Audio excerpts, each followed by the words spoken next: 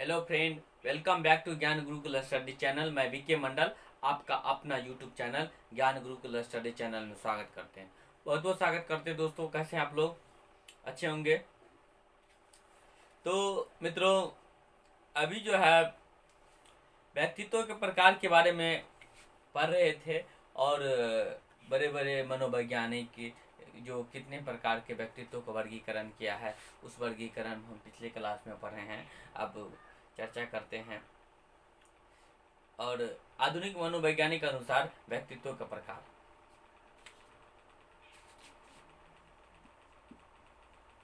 आधुनिक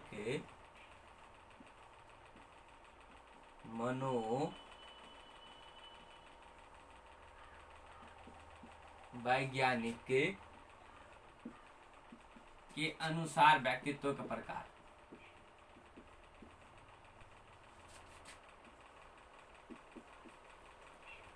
व्यक्तित्व का वर्गीकरण।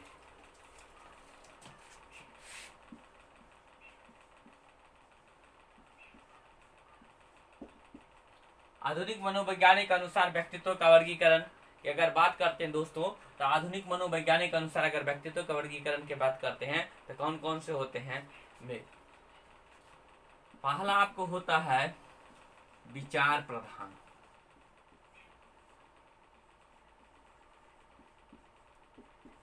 दूसरा होता है आपको भाव प्रधान।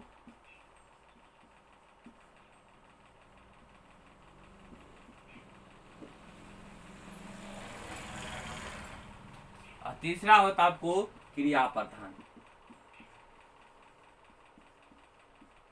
तीसरा आपको होता है क्रिया प्रधान। तो पहला दोस्तों क्या होता है आपको विचार प्रधान, दूसरा होता है आपको भाव प्रधान और तीसरा होता क्रिया प्रधान।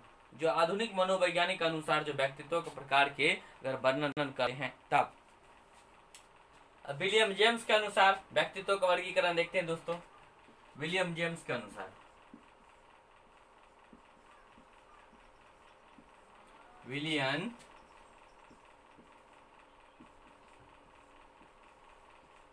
जेम्स के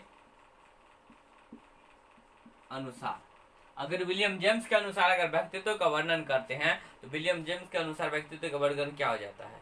विचार प्रधान, भाव प्रधान और क्रिया प्रधान।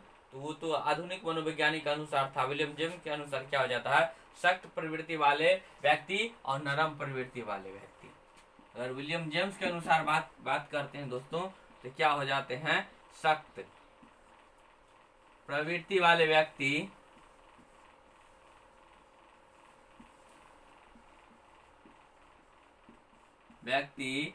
और नरम प्रवृत्ति वाले व्यक्ति।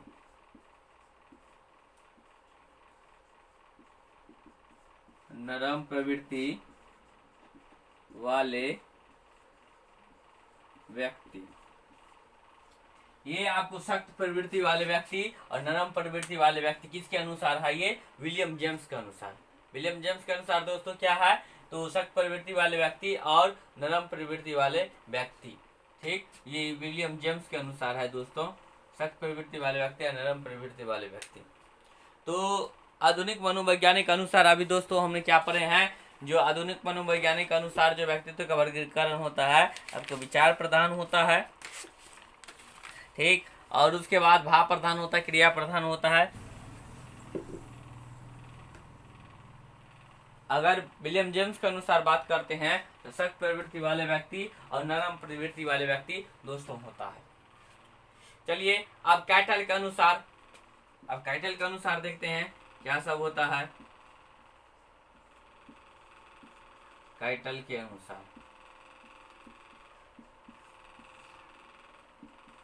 अनुसार दोस्तों क्या करते हैं? वर्गीकरण करते हैं। तो कैटल के अनुसार क्या सब होता है? लहेरी और अलहेरी होता है। लहेरी और अलहेरी होता है। कैटल के अनुसार दोस्तों क्या होता है आपको? लहेरी और क्या होता है? अलहेरी होता है। और अगर थॉर्नडाइक की बात करते हैं, थॉर्नडाइक के अनुसार ठीक व्यक्तित्व का वर्गीकरण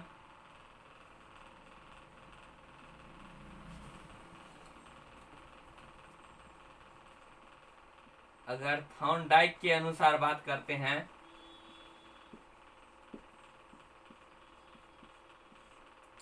थॉर्नडाइक अनुसार, अगर थॉर्नडाइक अनुसार दोस्तों हम क्या करते हैं, बात करते हैं तो क्या क्या होते हैं। थॉर्नडाइक अनुसार आपको वर्गीकरण करते हैं तो कल्पना शक्ति वाले और चिंतन शक्ति वाले दो प्रकार के होते हैं। अगर थॉर्नडाइक अनुसार बात करते हैं दोस्तों, थॉर्नडाइक अनुसार दो प्रकार के होते हैं। कौन कौन? कल्पना शक्ति वाले, कल्पना शक्ति वाले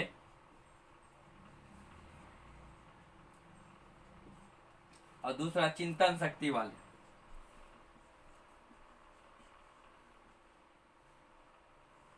चिंतन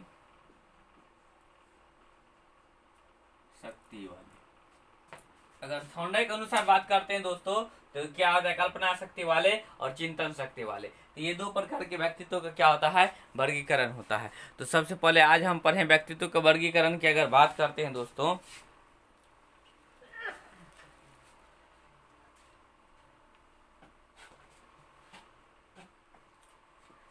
अगर व्यक्तित्व का वर्गीकरण बात करते हैं दोस्तों, तो आज आपको जो है आधुनिक मनोवैज्ञानिक के अनुसार व्यक्तित्व का वर्गीकरण विचार प्रधान, भाव प्रधान, क्रिया प्रधान। विलियम जेम्स के अनुसार अगर बात करते हैं सख्त प्रवृत्ति वाले व्यक्ति, नरम प्रवृत्ति वाले व्यक्ति। कैटल के अनुसार लहरी और अलहरी। और थॉर्नडाइक के अनुसार कल्पना शक्ति वाले और चिंतन शक्ति वाले। मतलब कल्पना शक्ति वाले व्यक्ति और चिंतन शक्ति वाले व्यक्ति, ये हो जाता है आपको थॉर्नडाइक के अनुसार होता है। स्क्रीनशॉट लेना चाहते दोस्तों ले लीजिए आप लोग। चलिए दोस्तों,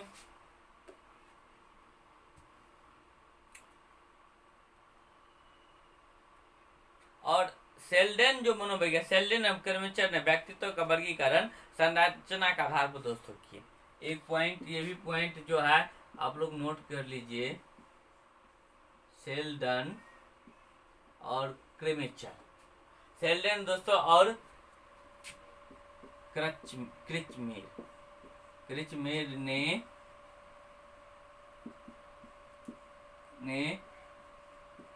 व्यक्तित्व का वर्गीकरण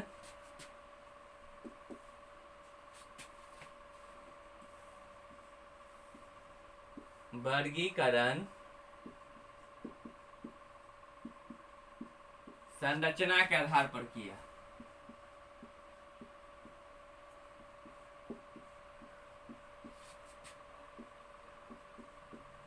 व्यक्तित्व का वर्गीकरण संरचना के आधार पर किया।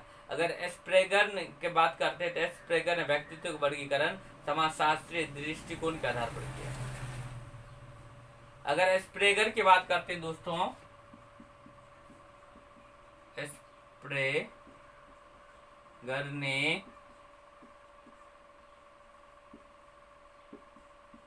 व्यक्तित्व का वर्गीकरण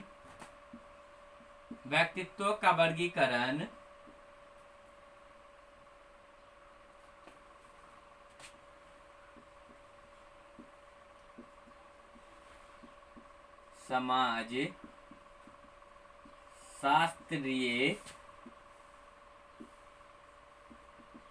दृष्टिकोण के आधार पर किया। समाज शास्त्रीय दृष्टिकोण के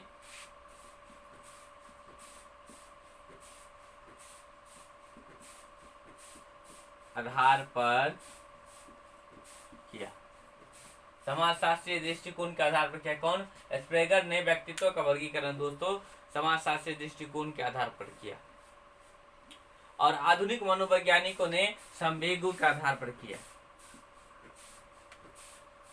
आधुनिक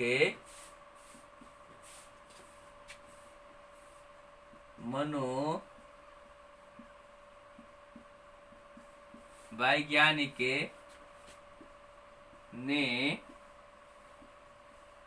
व्यक्तित्व का वर्गीकरण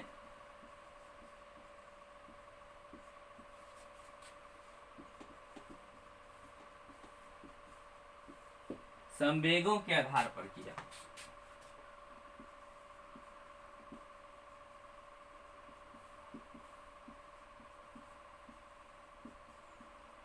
संवेगों के आधार पर दोस्तों क्या? आधुनिक मनोवैज्ञानिक ने व्यक्तित्व का वर्गीकरण संवेगों के आधार पर किया। ठीक, अगर बात करते हैं दोस्तों भारतीय दर्शन कपिल मुनि ने व्यक्तित्व का वर्गीकरण गुणों के आधार पर किया। भारतीय दर्शन है कपिल मुनि ने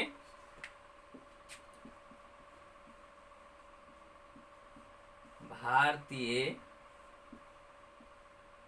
दर्शन कपिल मुनि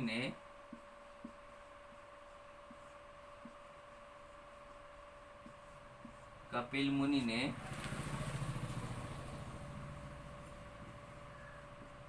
व्यक्तित्व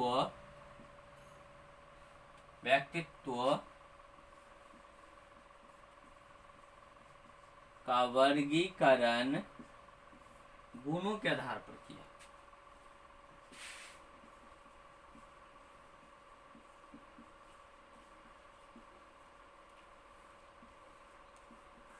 गुणों के आधार पर किया। तो सेल्डन क्रेमचंद व्यक्तित्व का वर्गीकरण संरचना के आधार पर किया दोस्तों। स्प्रैगर और ने व्यक्तित्व का वर्गीकरण समाजशास्त्रीय दृष्टिकोण के आधार पर किया। आधुनिक मनोवैज्ञानिकों ने व्यक्तित्व का वर्गीकरण संवेगों के आधार पर किया। और भारतीय दर्शन के कपिल मुनि व्यक्ति का गुणों के आधार पर किया। भारतीय दर्शन या कपिल मुनि ने किस पे किया दोस्तों? किस पे किया? गुणों के आधार पर उन्होंने व्यक्तित्व का वर्गीकरण किया। तो इसमें मनोवैज्ञानिक, कौन से मनोवैज्ञानिक ने किन किन गुणों के आधार पर व्यक्तित्व का वर्गीकरण किया, उस पर चर्चा किए हैं। और हेनरी मरे ने व्यक्तित्व के बारे में उन्होंने क्या किया, थोड़ा हेनरी मरे के बारे में जानते हैं। हेनरी पर चर्चा करते दोस्तों। उन्होंने क्या किया? व्यक्तित्व का अध्ययन हेतु नए शब्द का निर्माण किया। व्यक्तित्व के अध्ययन हेतु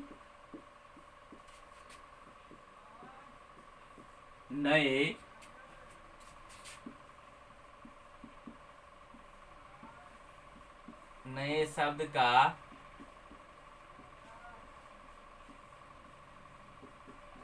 निर्माण किया। व्यक्तित्व का अध्ययन हेतु दोस्तों क्या किया? नए शब्दों का क्या किया? निर्माण किया। वो नए शब्द क्या है? जिसे व्यक्तित्व विज्ञान के नाम से जाना जाता है। और नए शब्द का निर्माण किया, ठीक। और वह नया शब्द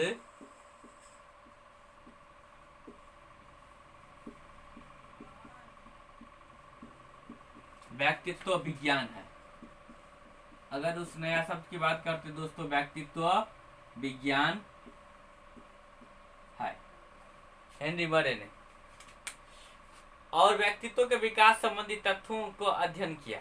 और उन्होंने व्यक्तित्वों के विकास संबंधी तथ्यों का अध्ययन किया। और दोस्तों व्यक्तित्व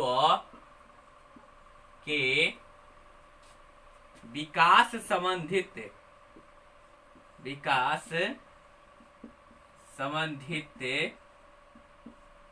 अध्ययन किया।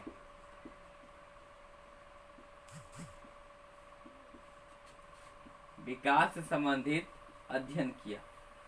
व्यक्तित्व के विकास संबंधित दोस्तों उन्होंने क्या किया? तो अध्ययन किया, हेनरी मरे ने। और उन्होंने व्यक्तित्व के विकास से संबंधित 2 कारक बताया।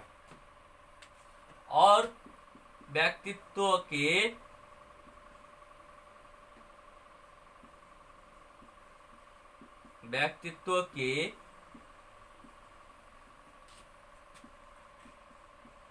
विकास संबंधी 2 कारक बताया। व्यक्तित्व के विकास संबंधी दोस्तों क्या किया? 2 कारक बताया। 2 कारक बताया। पहला कारक उन्होंने क्या बताया? पहला आपको जैविक और दूसरा है परिवेश, ठीक। तो पहला कारक उन्होंने क्या बताया? जैविक, ठीक। अगर जैविक दोस्तों बात करते हैं तो जैविक में क्या क्या बताया उन्होंने? का प्राकृतिक कारक है, जो क्या है? जन्मजात है। क्या है? यह प्राकृतिक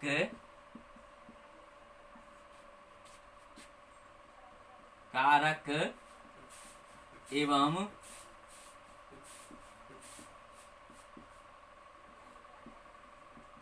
यह प्राकृतिक कारक एवं क्या है दोस्तों, प्राकृतिक कारक एवं जन्मजात है। और दूसरा परिवेश जो कृत्रिम कारक बताया, दूसरा जो परिवेश बताया दोस्तों, परिवेश में उन्होंने बताया जो कृत्रिम कारक है, कृत्रिम कारक जो क्या है अर्जित है, ठीक है ना, जो क्या है दोस्तों अर्जित है, जो क्या है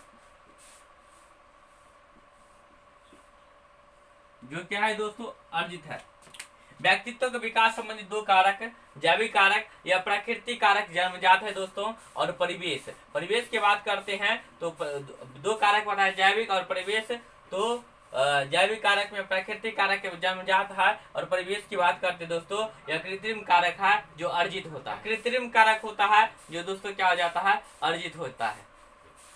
चलिए कुछ और चर्चा करते हैं इस पे। स्क्रीनशॉट लेना चाहते ले लीजिए आप लोग।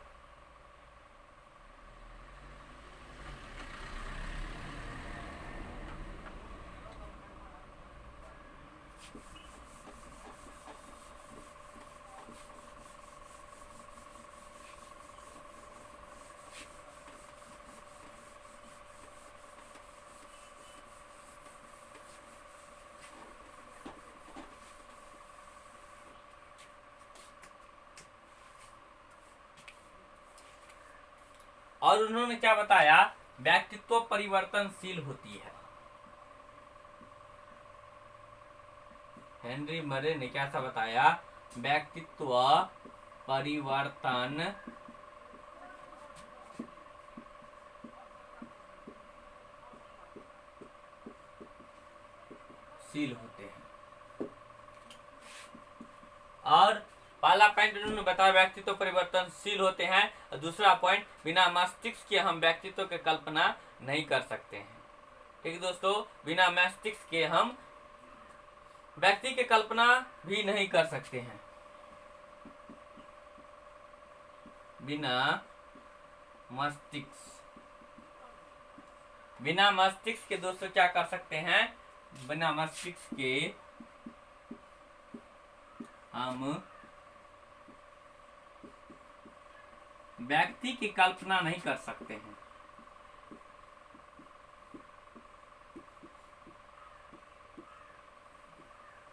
नहीं कर सकते हैं।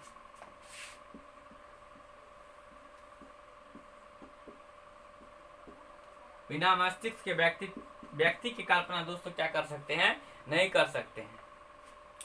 और नए शब्द तो समझ लिए, व्यक्तित्व विज्ञान जिसमें जैविक और परिवेश बताया था, तो उन्होंने इतना बताए थे। कौन, हेनरी मरे ने। पीछे हम हेनरी मरे दोस्तों अभी पढ़े हैं।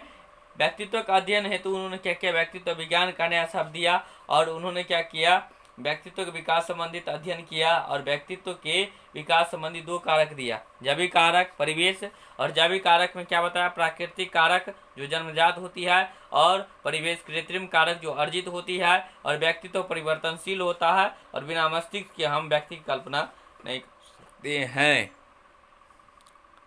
बिना मस्तिष्क के व्यक्ति की कल्पना दोस्तों हम क्या कर सकते हैं, नहीं कर सकते हैं।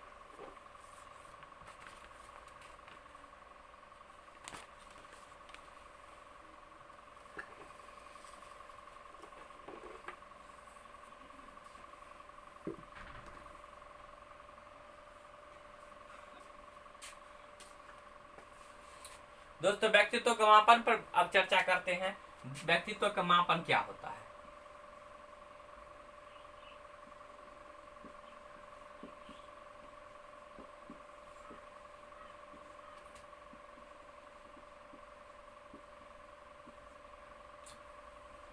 अगर व्यक्तित्व के मापन की बात करते हैं दोस्तों, तो व्यक्तित्व का मापन क्या होता है। व्यक्तित्व का मापन की अगर बात करते हैं तो प्रासंगिक अंतर्बोध परीक्षण टेट का निर्माण क्या किया 1935 ईस्वी में क्या था। करने वाले व्यक्ति कौन थे, मर्गन मुरे और उषा चौधरी। अध्ययन अचेतन मन पर किया गया था दोस्तों।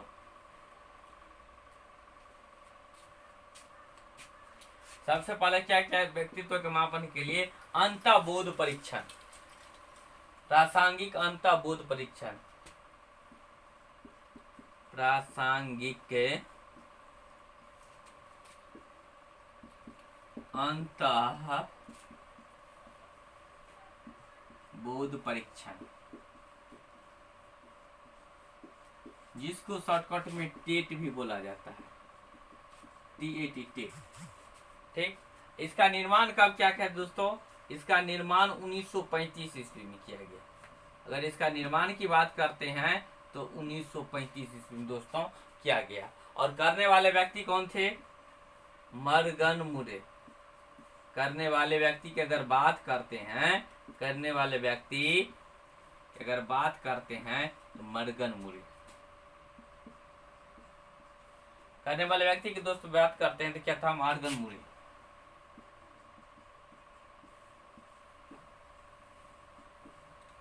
करने वाले व्यक्ति की बात करते हैं। और कौन था? उषा चौधरी। और कौन था दोस्तों? उषा चौधरी। मर्गन मुरे और कौन था दोस्तों? उषा चौधरी था।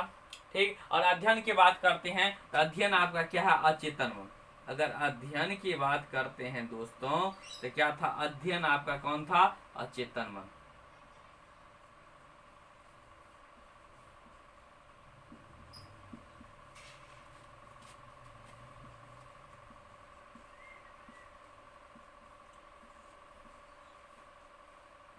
अध्ययन की अगर बात करते दोस्तों तो अध्ययन क्या था आपको?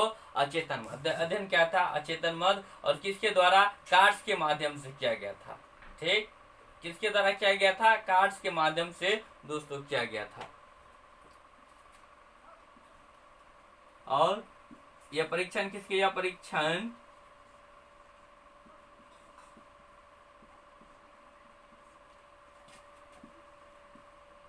कार्ड्स के, यह परीक्षण कार्ड्स के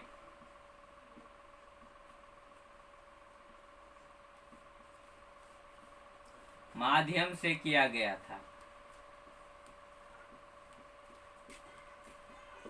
अगर कार्ड्स की संख्या की बात करते हैं दोस्तों, अगर कार्ड्स की संख्या की बात करते हैं, कार्ड्स की संख्या, तो कार्ड्स की संख्या कितना था? 30 प्लस था। ठीक, कितना था दोस्तों? 30 प्लस, यानी कि 30 से अधिक था। कार्ड की संख्या से बात करते हैं और 30 से ज्यादा था। और उन्होंने 14 वर्ष के अधिक आयु वाले बच्चे बालकों पर प्रयोग किया। और किन पे प्रयोग किया परीक्षण? यह 14 वर्ष से अधिक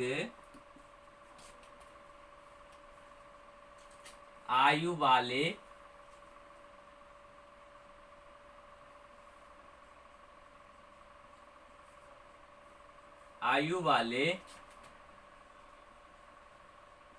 बालक पर किया। 14 वर्ष से अधिक आयु वाले बालक पर किया।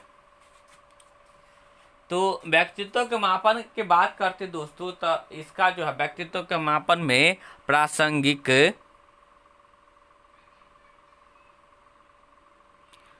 व्यक्तित्व के मापन की बात करते थे क्या होता दोस्तों? प्रासंगिक बोध परीक्षण, टेट जिसको बोला जाता है, निर्माण 1935 ईस्वी में हुआ था और करने वाले व्यक्ति मर्गन मुरे थे। मर्गन मुरे और उषा चौधरी। अध्ययन अचेतन मन पर किया गया और यह परीक्षण कार्ड्स के माध्यम से किया गया था।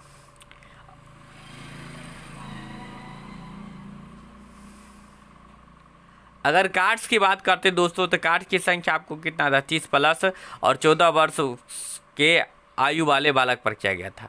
14 वर्ष के आयु वाले बालक पर दोस्तों क्या किया गया था? 14 वर्ष के आयु वाले बालक पर यह परीक्षण किया गया था।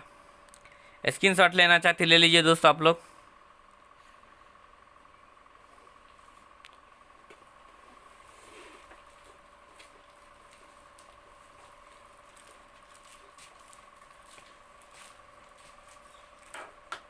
दोस्तों अब रहने दीजिए और मापन, व्यक्तित्व के मापन नेक्स्ट क्लास में चर्चा करेंगे। और प्लीज़ इस चैनल को लाइक शेयर सब्सक्राइब जरूर कीजिएगा। धन्यवाद।